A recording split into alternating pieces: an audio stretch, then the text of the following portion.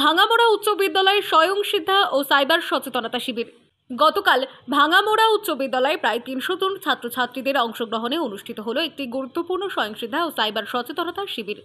এই বিশেষ অনুষ্ঠানের মূল উদ্দেশ্য ছিল ছাত্রছাত্রীদের মধ্যে বাল্যবিবাহ নামক সামাজিক ব্যাধির বিরুদ্ধে সচেতনতা গড়ে তোলা এবং ক্রমবর্ধমান সাইবার অপরাধ থেকে রক্ষার উপায় সম্পর্কে তাদের অবহিত করা।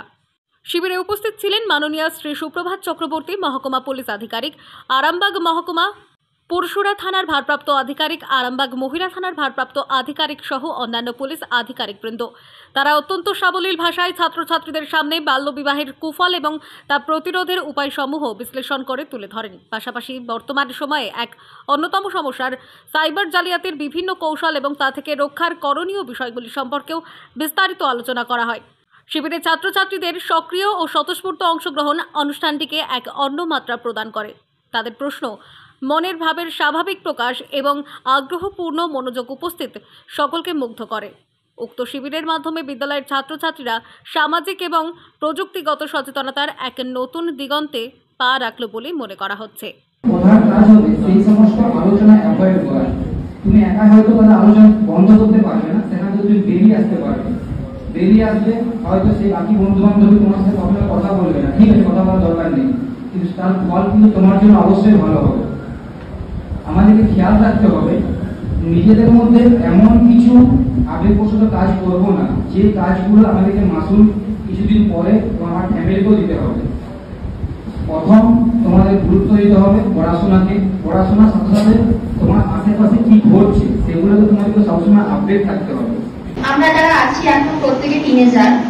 এখন আমাদের একটা প্রবণতা চলে এসেছে অল্প বয়সে প্রেম, ভালোবাসা, বিয়ে ইত্যাদি করা। আমি যেগুলো বলছি একটু হয়তো নিজ ভাষাতেই বলছি, কিন্তু কথাগুলো একটু সত্যি বলছি। তো এই যে অল্প বয়সে বিয়ে, সেটা করলে আমাদের কি সমস্যা হতে পারে এবং তার পরবর্তী ক্ষেত্রে যে আরো নানা রকম সমস্যার মুখোমুখি আমরা হব এবং সেই সমস্যাগুলো থেকে কিন্তু নিষ্কৃতি পাওয়াটা খুব কঠিন। আমরা হয়তো সাময়িকভাবে যে আমাদের ক্ষতি করলেও তাকে শাস্তি দিতে পারবো, কিন্তু সমাজ আমাদেরকে মেনে নেবে না। অল্প বয়সে আমরা অনেক ক্ষেত্রেই করি কি, ফোনে কোন একজনকে ভালো লেগে গেল, ব্যাস প্রেম ভালোবাসা, এবং 2-3 মাসের মধ্যে বিয়ে থাকার সিদ্ধান্ত নিয়ে নিলাম কেউ একজন। কিন্তু এগুলো করা যাবে না, ওনারা আমাদের সেটাই এতক্ষণ ধরে বোঝালেন। কথা আছে, তোমায় ছাড়া আমি বাঁচবো না। এটা কিন্তু মানে খুব মারাত্মক একটা কথা। যে তোমাকে বলছে তোমায় ছাড়া বাঁচবো না, সে এর আগে অনেক কাউকে এই কথাটা বলে এসছে। সে সবাইকে ছাড়াই বাঁচবে, যার বাঁচার হবে সে সবাইকে ছাড়া বাঁচবে, আর যে এটা বলেছে যে তোমায় ছাড়া বাঁচবো না, সে এমনিও বাঁচবে না। সুতরাং তার কথা ভাবার অত কোনো কারণ নেই।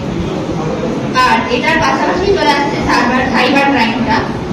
তো অনেক ক্ষেত্রে আমাদের হয় কি, যে কোন একজনকে খুব ভালো লেগে গেছে, এবার সে আমাদের ছবি চাইবে, তারপর কোথাও ঘুরতে যেতে বলবে, ইত্যাদি সব করবে।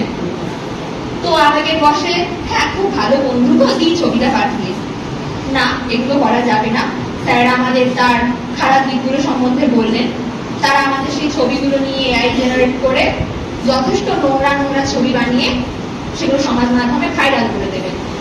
এবং তার ফলস্বরূপ কি হবে, সেগুলো সমাজ মাধ্যমে ছড়িয়ে পড়া মানে আমাদের চারপাশে প্রত্যেকে সেটা দেখবে, আমাদের স্কুলের বন্ধুরা দেখবে, আমাদের গার্জেনরা দেখবে, পাড়া প্রতিবেশী টিচার সবাই দেখবে, এবং আমরা নিজেরা জানি আমরা সেই দোষটা করিনি, কিন্তু আমরা সেটা কাউকে বিশ্বাস করাতে পারবো না।